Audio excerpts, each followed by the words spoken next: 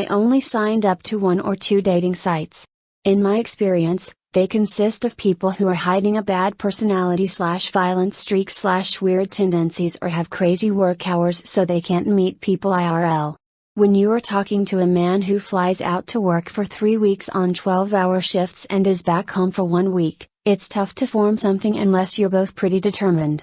Others are there for a quick hookup, and I'm not here to write about the dating app experience in full because angry female bloggers have done that for years, but this is just part of mine. This is about the man who would eventually be known as Mr. Passion. 'Cause fuck him. And fuck people like him on these sites. My friend had gone through the site like a freaking Rolodex. I guess she had a lot of steam to blow off and the choo-choo train stopped at all stations. The good thing was she'd got the jump on some of these guys and could warn me when they started hitting me up on the site.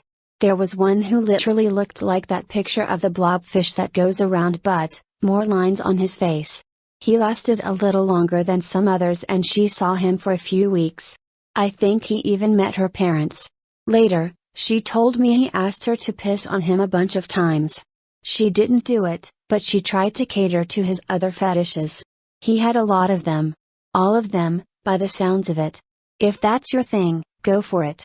As long as it's in your house, between 2 consenting adults and not with or around kids, but I draw the line well before I have to piss on you. When she stopped seeing him, he texted me, apparently recognizing a picture on my dating profile. She had a picture of us on her profile, my face blurred.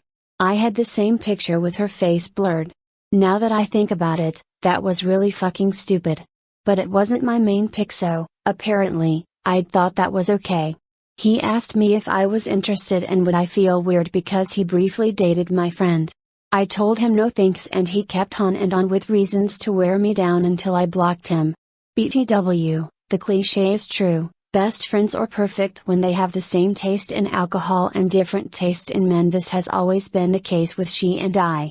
So I was repulsed by this guy's demeanor, personality, grammar, and face alone, besides the other stuff I'd learned about him.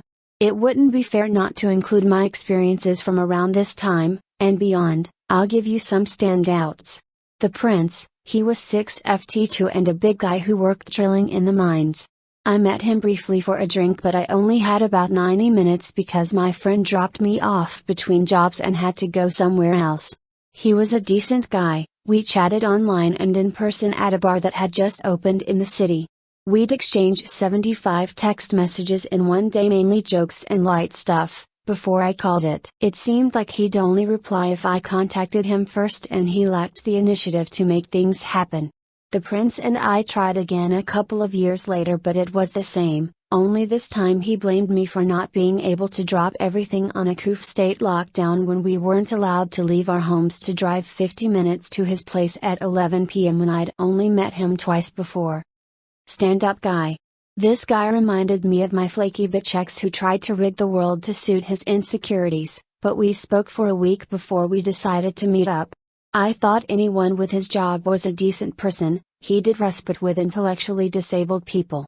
Maybe he was just a little shy or confused, or out of touch, e.g., the first thing he suggested was coming to my house after he finished work to meet me, and for me to cook dinner after I got home from work. Yeah. I explained I wasn't comfortable with that but asked if we could meet another day. I forgave it because if you've been out of the game, you don't know shit, trust me, and he wasn't a sleaze, he just seemed naive.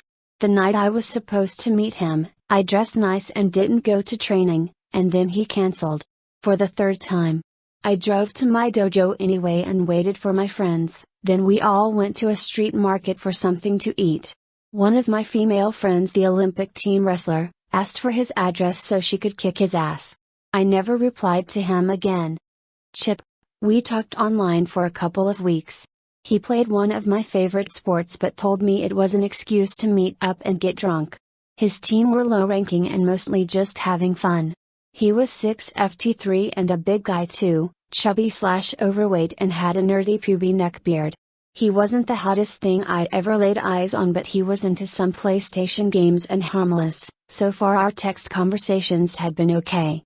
I was on the tail end of a bender, I'd had commitments and events all weekend and was hungover and underslept, so I decided to meet him that Sunday afternoon and get everything done before I went home and slept for 357,348 years. He told me he was also very hungover from the night before. I drove to the pub and waited. I bought myself hangover chips/fries because I was nauseous. I saw him come in and glance around. Then he walked to the bar, bought himself a massive beer before he sat at my table. Then he started eating my chips. Obviously, I'd share, and they were for both of us, but he just walked up, sat and started eating before we'd exchanged a few words. I felt like I'd been sitting there forever, trying to prop up the conversation because he was inept, when he turned his arm and I saw his watch. It had been 10 minutes. I stayed the course for an hour or so and watched him drink another beer, then we decided to leave. We got to the car park where he asked me to drop him home, complete opposite direction to where I was headed. Later, he texted to say I had really pretty eyes, but that was that. Joe, ex-army guy who was very full on, very fast. We talked for a couple of hours on the phone a few times over 3 weeks. We had the same sense of humor and stories. He told me some interesting/disturbing stories from when he was active duty in Afghanistan.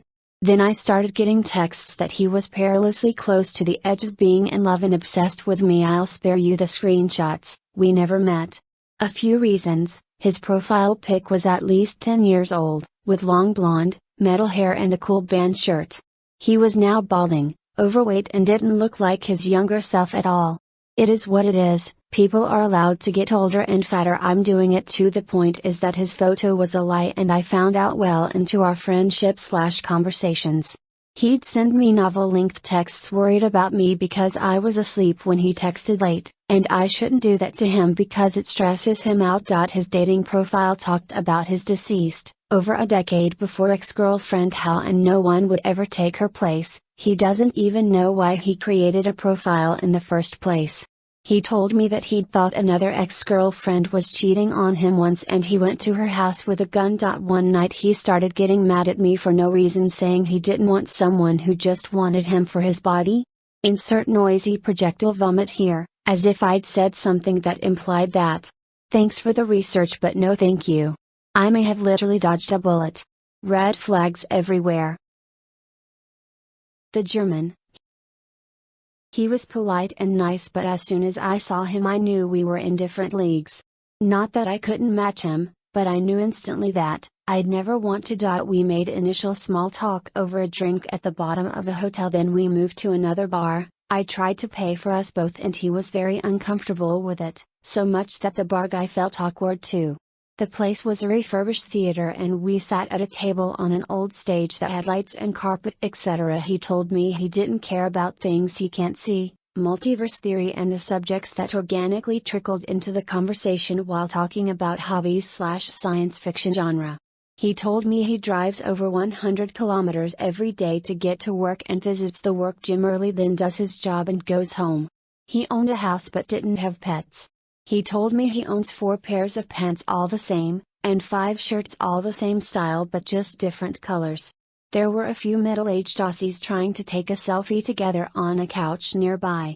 They were boomers, and they needed my help. I excused myself and took their picture for them. When I returned to my seat, they were yelling for me to sing a song. It ain't nothing but a thing, in a setting where it's funny/lighthearted.